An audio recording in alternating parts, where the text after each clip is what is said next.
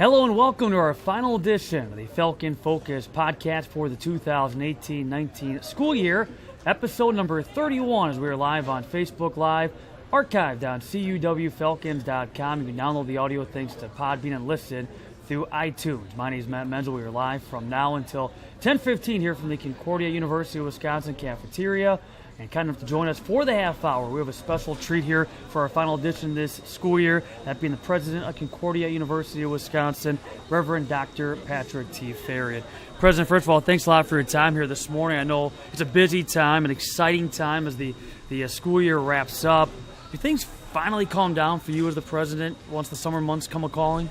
Well, I think the routine changes a little bit. It changes more for faculty and students than it does for me. But it's easier if I have to drive over to find a parking place, so that's a good thing. But generally speaking, it's summer. It's just a little change in the rhythm, but it's still a very busy time for us. I assume it's been another, productive, successful school year. And when you reflect on, a way a year went, how do you go about measuring the success of a school year?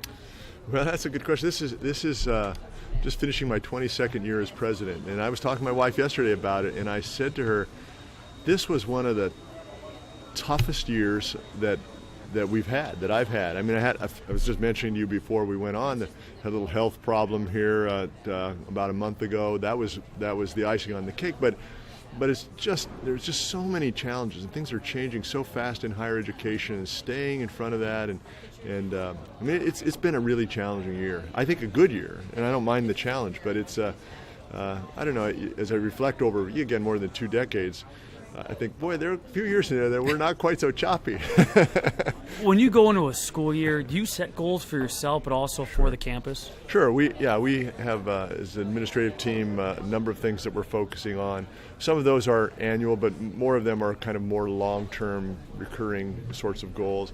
And there's kind of a hierarchy. There are what we call the big, hairy, audacious goals, and those usually are extended over a period of time. And then there are things that various units are working on from year to year. It's also been another productive and successful year when you look at athletics on the Concordia University of Wisconsin campus. For you, how important is athletics, I guess from a personal standpoint, but also when you look big picture for this campus? I've always felt really strongly about how important athletics is for a campus community. And, we have a very diverse campus population, traditional undergraduate students, non-traditional students who are maybe not even on this campus. But there's something about the co-curricular experience, including athletics, but also music and drama, that I think are just such a critical part of the overall student experience. Not to mention, of course, that many of our students are themselves athletes. So even on a big college campus where athletics maybe draws a lot of attention from folks, the difference is that here, instead of watching from a distance and not really necessarily knowing who's playing, our students are themselves the competitors, or else they're the guy who's in the same classroom or the girl who lives down the hall. I mean, everybody knows everybody in that regard. Well, for you, when you look at your life, from a family standpoint too, has athletics always played some type of role? Oh yeah, for sure. I mean, I think that was in my own childhood, of course, the driving interest. There were other things that interested me, but I was a big sports fan and played all the sports with my friends and kids, and played in high school, and then in college I had the opportunity to play basketball in college. So did my wife. So for both of us, that's always been very important. When we brought our own 5 children up, we had to kind of always measure ourselves. Are we putting too much emphasis on this? We want to make sure that they do piano lessons and that they have dance class and that they other things, because it is such an interest of ours. We didn't want to be reckless and not expose them to lots of different things. But it's always been very important for us. I've heard you say that your wife is the real athlete in the family. I say that just to be she is truly a competitor, and she was a really fine basketball player in college, and in order to court her, I had to chase her. That's how I became a runner, because she was a runner before I was. So I had to chase her. Yeah. You wrote a book that was published in 2009 titled Yeah. Faith in the Freshman, a story of hopes and hoops. Yeah. And you can still find it, by the way, on Amazon. It's going for big bucks these I days, know. by the way. Listen, we can get you a lot cheaper copy if you just call me. We got boxes of them around here. So. Now, for those who haven't read the book that might be interested in it, what's the book about and what prompted you to write it? Well, it's a twofold story. I often, in my role, kind of doing stump conversations for Concordia, had reference to my own freshman year. I mentioned to you I played basketball in college. What I didn't mention, but I do in the book, of course, is that I played on the worst team in the history of college sports. It was really, it was in so many ways that freshman year, as it is for lots of students, quite a challenging transitional year for me. But the basketball part was the thing that really was my greatest interest, and it was pretty disastrous in many ways. And yet, it was a tremendous learning experience for me, one that was a kind of faith-molding, shaping experience, literally, for me. And so that's part of the book. So it's a reflection kind of on my freshman year and something that I share with our freshmen when they come year in and year out to help them to make the adjustment to a place like Concordia. But alternating chapters are also about my faith. The title is Faith in the Freshman. My faith also in my own son, who's a college athlete, and kind of the role of a parent invested, involved, maybe too invested, too involved in a child's athletic career, and perhaps in some ways living vicariously through your kids. And I'm hoping that part of it is something that parents can look at themselves and say, we can go kind of over the top on this stuff if we allow ourselves to do that. So the stories are kind of back and forth between those two, my own freshman year and then leading up to my son's freshman year in college. So from being around athletics, what are some of the great life lessons, maybe experiences that you've gained? Wow, both of those are I would divide that question between lessons and experiences. The experiences themselves, of course, were memorable. Being a part of a team, working toward goals.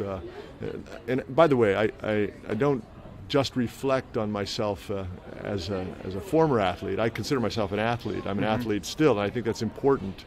We'll talk about that, yeah. I mean, it's very important. So those experiences remain very important to me. But the life lesson part, I mean, athletics is replete with metaphors and illustrations and points that can be made.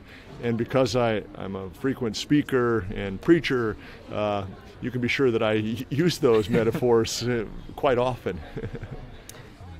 Your wife and you annually open up your house. Among others, you host the various Concordia University of Wisconsin athletic teams. You host an annual champions dinner to celebrate the past school year's athletic champions. How did that all come about, and why is that important to your wife and you? Well, Matt, when I first came to Concordia, I was on the faculty and teaching history. And when you're a faculty member, you get a chance to connect with students at a different level. You're there with them all semester. You get to know them, know something about them. And I quickly discovered that as an administrator that you had to create those experiences because they just didn't just happen. If you really wanted to get to know somebody, you had to make the effort to do that. And as it relates to the having teams and other student groups and others to our home, a number of years ago when the board acquired property on campus for the president to live in, it seemed like this is a place that we should share with others and make it a part of the student experience, get them into our home, get to know them better. And teams are a great way to do that. And they're fun. It's really, we try to have some getting acquainted time, but some interaction with them, and we've enjoyed that very much. So the relationships to you are very important. Yeah, very important. Yeah, very important. And I like to get to know all of our students, our student athletes, watch them. It's fun to, Tammy and I are basketball players, so, and basketball, quite frankly, is an easy sport to follow here. It's indoors, it's warm, even though the winter's cold. You can get inside and you see them all. You can see what they look like. They're not hidden by any caps or helmets or so you really kind of and to watch them to develop, from their freshman year to their senior year, to really know what their skills are and how they've improved. That's a pretty cool thing to be able to watch. Now, of course, we support that in other sports as well, but it's hard to make the same kinds of visual connections. Mm-hmm. Like if they're wearing a helmet, and, oh, you're that guy, whatever. So, yeah. You mentioned you like to think of yourself still as an athlete, and you are. I mean, your wife and yourself still very much run, you train, marathons. Mm-hmm. Where's that passion come from, and what are some of your marathon experiences? Mm-hmm. Well, I think that all of us are, as human beings, are more than just our minds. Here at Concordia, we talk about helping our students develop in mind and body and spirit. And really, to be a whole being, I think, is to cultivate all parts of who we are. And I think that too many people reach a certain point in their lives where they only think about themselves as a former athlete. Now, fairly, we're not as our skills have diminished, our speed and strength declines, but it has always been about getting the most out of your ability at any given time. When I was a 9-year-old baseball player in Little League, I wasn't as good as I was when I was 14, and so maybe I'm not quite as fast, although I'm still working on trying to set some PR, as I was when I was younger. I think it's important for me, and I think for others too, to think of themselves as athletes, and to try and train and to prepare and to compete. I think it's just a part of being human. And you've had the opportunity to run in some of the marathons out east. Yeah. There's still some marathons that you'd like to train toward, goals you have in that area. Yeah, of course, and last fall I qualified for the first time for the New York Marathon. I was in it one other time as a charity runner, but I qualified. So that's an indication that I'm really actually doing better, at least relative to my age. And then for next year's Boston. So those two are on my they're on my list right now, and I hope that I'll be ready for them as they go. Those big races are great fun, and I can share with you a few stories about those if you like. There's a couple memorable ones, but I also just enjoy local little 5Ks. As I was saying, I had the flu recently and was kind of knocked out for a while, but the last 2 weekends I've had a chance. There were races in Mequon right here, 5Ks at the Wisconsin Synod Seminary. They're two different races but the same course. So I was able to kind of gauge, how my fitness levels coming along. I was 50 seconds faster the second week over the first week. But what was incredible about it was that it was a very small field, but I was second place in the race, and the leader was just right, 20 yards ahead of me the whole way, and I thought, this is unfamiliar territory for me.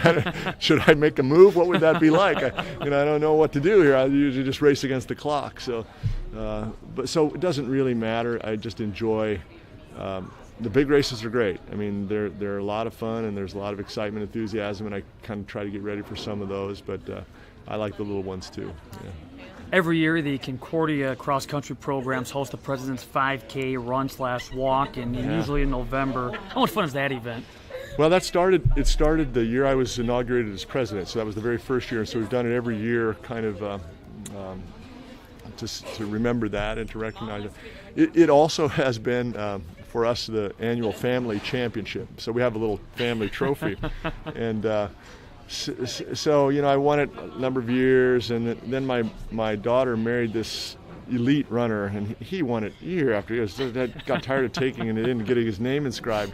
But they moved this year, so I was really excited because the only two in the family who were running were Tammy and me, and I knew I could beat her.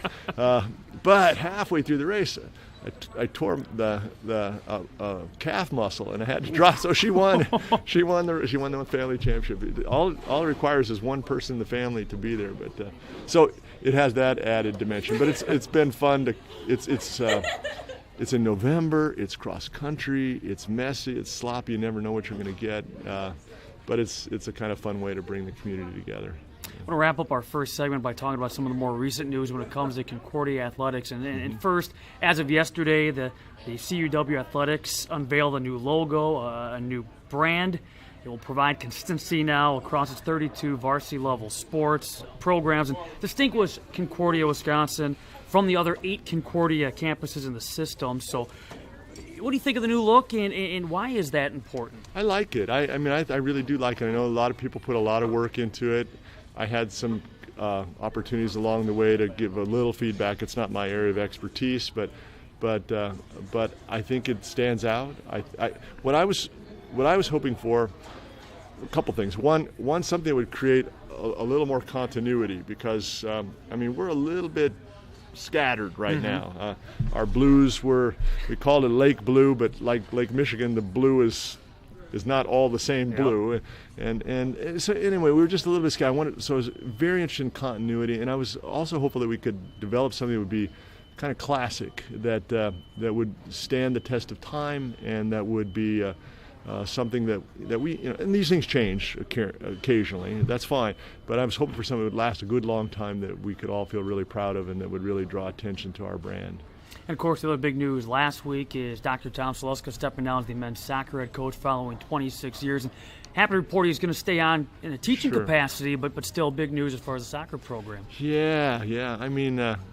Tom came to Concordia just 2 years after we got here, and he's actually, for those who don't know, he is my wife's brother. So I didn't hire him. There's no nepotism there, but he's an incredible guy, and somebody who I admire greatly. His dedication, commitments, not only to soccer, but especially to our mission and to his faith in action. He is a truly stand-up fellow, and I'm proud to know him. I'm proud to be related to him by marriage, and he hats off to him on an incredible career. And I know John, who the apple doesn't fall far from the tree. He'll do a great job too.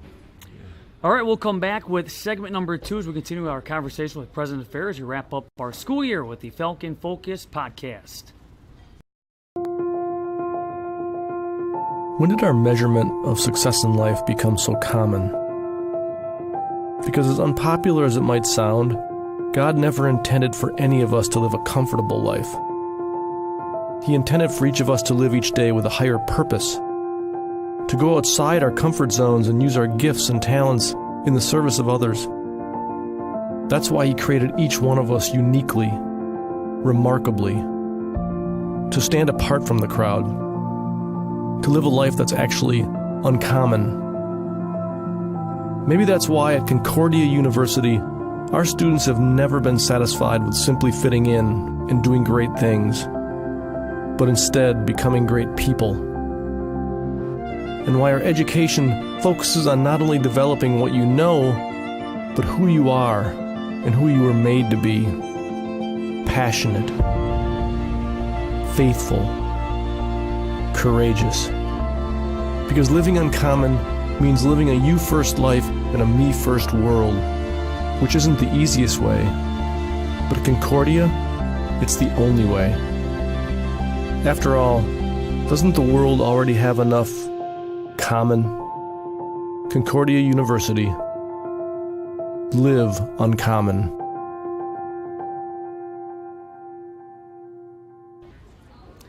Welcome back to the Falcon Focus Podcast, our final edition here for the 2018-19 school year. And again, we're live until 10:15 on Facebook Live, archived on CUWFalcons.com. You can download the audio thanks to Podbean and listen through iTunes. And President Ferry, kind enough to join us here on our final edition. And we've been talking about athletics, your athletic background, but I want to kind of bring it back now to being the president of the university. Sure. And you came to Concordia from University of Wyoming in 1991. Did you ever envision you'd be the president of the university 6 years later? No. I was that was a surprise to me and to everybody else, I think. I had actually only completed my doctoral degree in 96, the year before I was teaching. I was the junior member of a 2-person history department. So, it was quite a surprise to everyone. I was only 38 years old, And so, I mean, I knew I was being considered for it, but the fact that it occurred was quite a surprise. I read that you've kept handwritten journals since right before you became president at Concordia University, Wisconsin. Why did you decide to do that? Yeah, I don't know why I decided. I think it had to do with maybe wanting, especially for my children, to be able to kind of have a window into the soul of their father. And there are very few of those kinds of documents or records that allow that. I'm not sure how good of a one it is in a way. I mean, I tend to vent in my journals, so I'm afraid that they're going to read it and think, this guy is really this melancholy, discouraged person. I don't think that's really how I am, but it has become more of that kind of activity where just kind of digging deep and thinking about what I'm thinking about and trying to piece it together. And of course, I'm an historian, so it's about creating a document, but it's also about making connections, trying to make sense of what's happening in my life and the lives of my family. Frankly, there's not a whole lot in there about Concordia. I don't spend a lot of time reflecting on my work. Occasionally I will, but it's more just kind of personal than it is professional. So many volumes have you? Gosh, probably about 20 volumes by now. Kidding. Yeah. I was going to ask you. You just mentioned that not so much about your presidency, but do you ever go back? Do you ever open up those journals and kind of reflect on various points in your life? Yeah, once in a while. Once in a while I do. That's why I know they're sort of dreary reading. Actually, no.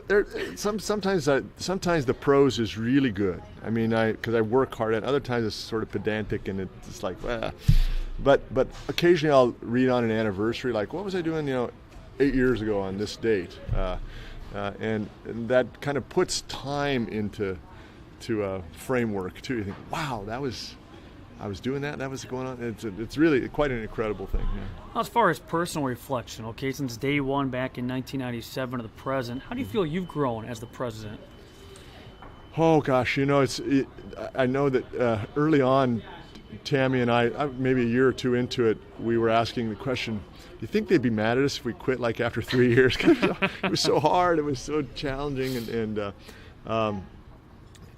I think that over time you kind of mature, you get a little older, a little wiser, you realize that not every serious situation is as serious as you think. You can take your time with it. I think the biggest lesson that I learned initially, everybody brought me, of course, their number one concern. And I felt like, because I've sort of represented the university, that suddenly their problems became my problems. And then I realized that, no, that's not true. I mean, I may be able to be part of the solution, maybe not. But it took a little of the pressure off. And for a while, I think I tried to do everything. To date, what are some of the things you're most proud of when you reflect on what you've helped this campus to become? It's a wonderful place, and presidents, they get blamed for a lot of things that are not necessarily their fault. They also get credit for a lot of things that are really not their doing per se.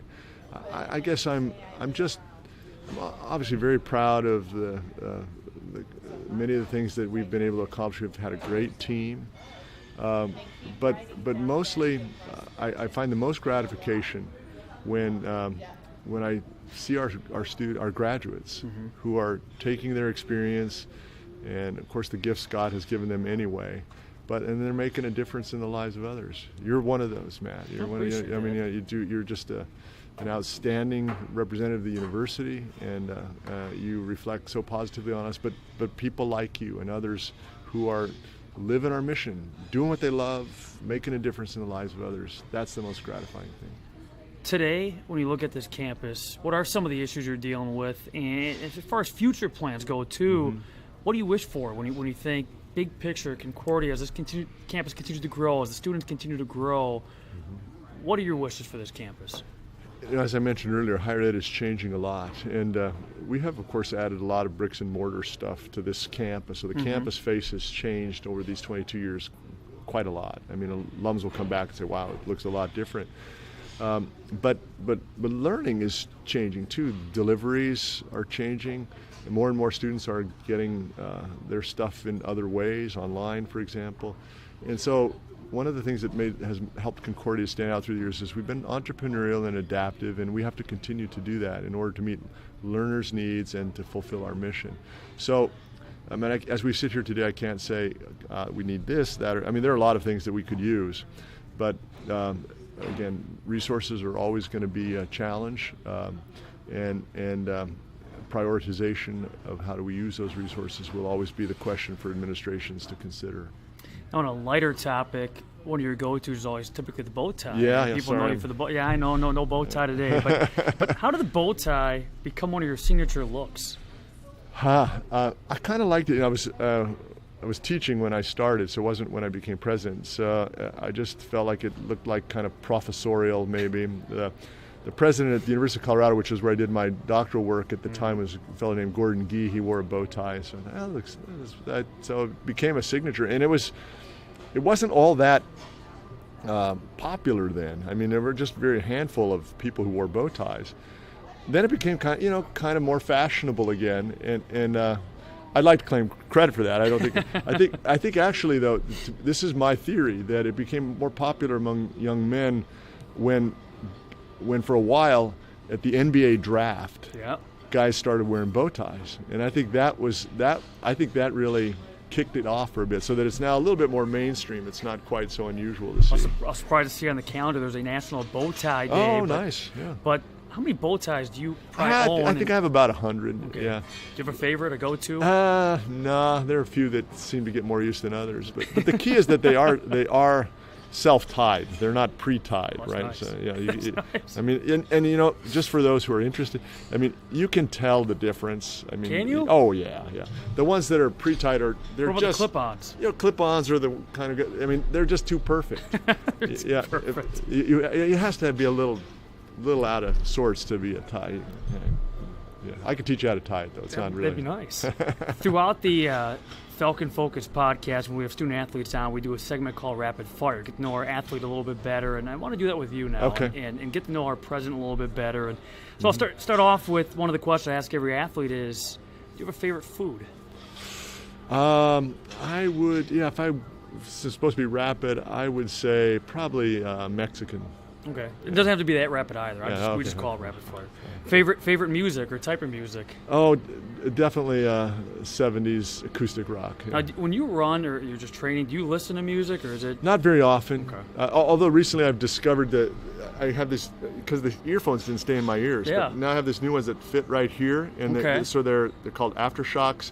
It's kind of like the Beethoven thing, where it doesn't go in your ear, but it's on. Like Beethoven, he had to lay on the piano because he was deaf, so you can hear it just like it was in your ears, but it's not in your ears. Yeah, it works pretty good. Favorite TV show? Like right now, Jeopardy, definitely. Really? Jeopardy. Oh my! Have you been watching this guy, James Holzhauer? Oh my gosh, he's just on a roll. Oh man, unbelievable. So, do you have a favorite TV show maybe growing up? Like, if you could sit and spend a day just binge watching a show, you go back to that? Well, when I was a kid, there's sort of the pattern of watching Gilligan's Isle followed by McHale's Navy, but I don't think I cared about either of them that much. favorite movie or actor or actress? Yeah.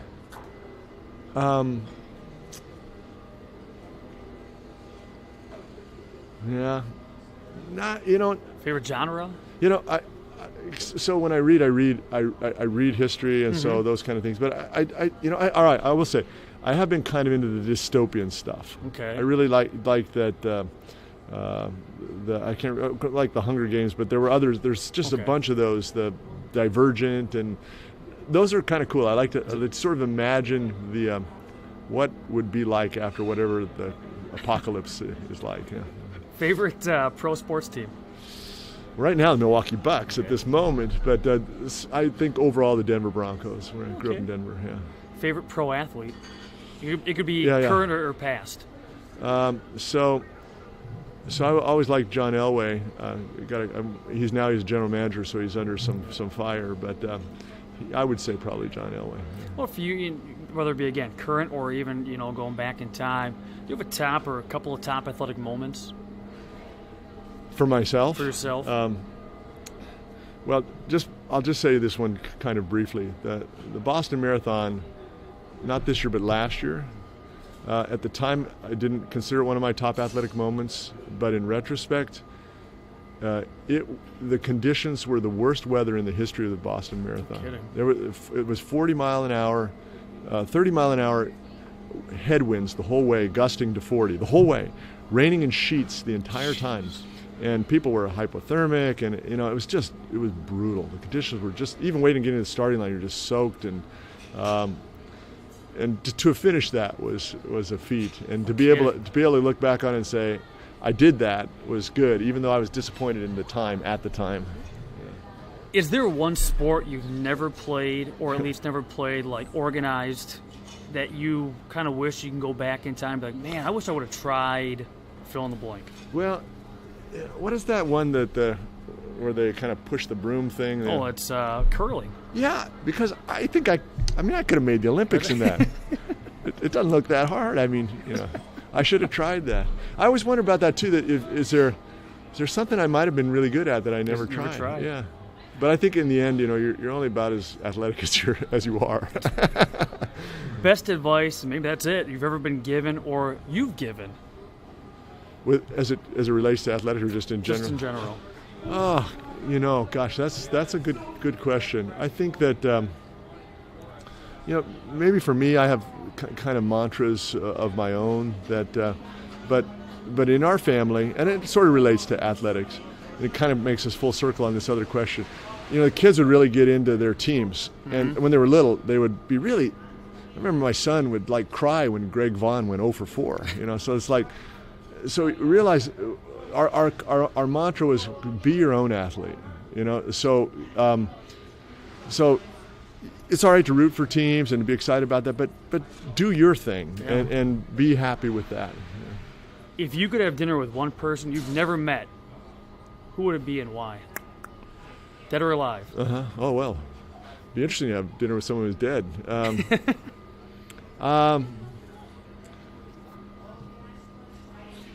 As a historian, this is like an impossible question because there's so many that would be interesting. I think that maybe right now, if I were to pick someone right now, it would change perhaps over time. But I would be very interested in meeting Theodore Roosevelt. Okay. Yeah, he was a guy who was he was the youngest president ever when he came into office after McKinley had been shot and killed. But he was the only president, I think, whoever said he loved being the president. He just loved it. Others were like they couldn't wait to be done with it. But he was just so full of life, vivacious, very athletic, just a really visionary, interesting person. I don't know if I could get him to sit for a whole dinner, but yeah. Finally, is there one fact, is there a talent, a hobby that many might not know about you that you don't mind sharing on the show? Well, these are hard questions. You got some pretty good dance moves. We've seen that at halftime at CIT last couple of years. No, that would not be that's not a talent? That would not. Although my wife and I did, I'll tell you this, and some may know this, you could probably find it on YouTube. This is for her birthday, for a while there, I was trying to do something that just would take her by surprise, and so I got a series of dance lessons at the Fred Astaire. Yeah, and this is not my thing. So we did them, and they're really good teachers, and they get you going. And then all of a sudden, they asked us to do this kind of local Dancing with the Stars dance. So we had to do a dance to the Bee Gees song, How Deep Is Your Love. It's kind of slow. Yeah. We did sort of a rumba to it, and it was like 2.5 minutes. And we practiced and practiced. It was the scariest thing I've ever done in my life. I could stand up and speak to, and I have spoken to 20, 30,000 people. That doesn't bother me at all. That 2.5 minute dancing, I was terrified. And I had it so well down muscle memory that I didn't mess up. But I was like half a beat away from total disaster the whole time. But I think you can actually find it on YouTube. Would you do it again? No way. No way. That's why they ask me to do these at halftime sometimes, and it's like, geez, I don't know how they do it. I'm impressed by our dance teams. Mm-hmm. Those choreographed pieces, I cannot. It's just so hard for me to remember, everyone's in sync. Oh gosh, and they're so good. They really are so good. Yeah. Well, President Ferry, thanks a lot for your time. Thanks for all you do here on Concordia's campus, for not only alum, but for current students, future students, and continued success. Thank you, Matt. Thanks a lot. That's the President of Concordia University, Patrick T. Ferry. Thanks to Jordan Benson, Steve Schauer, Jeremy Crawford behind the scenes all year long. Thanks for tuning in throughout the year. That's it for the Falcon Focus Podcast. Enjoy your summer.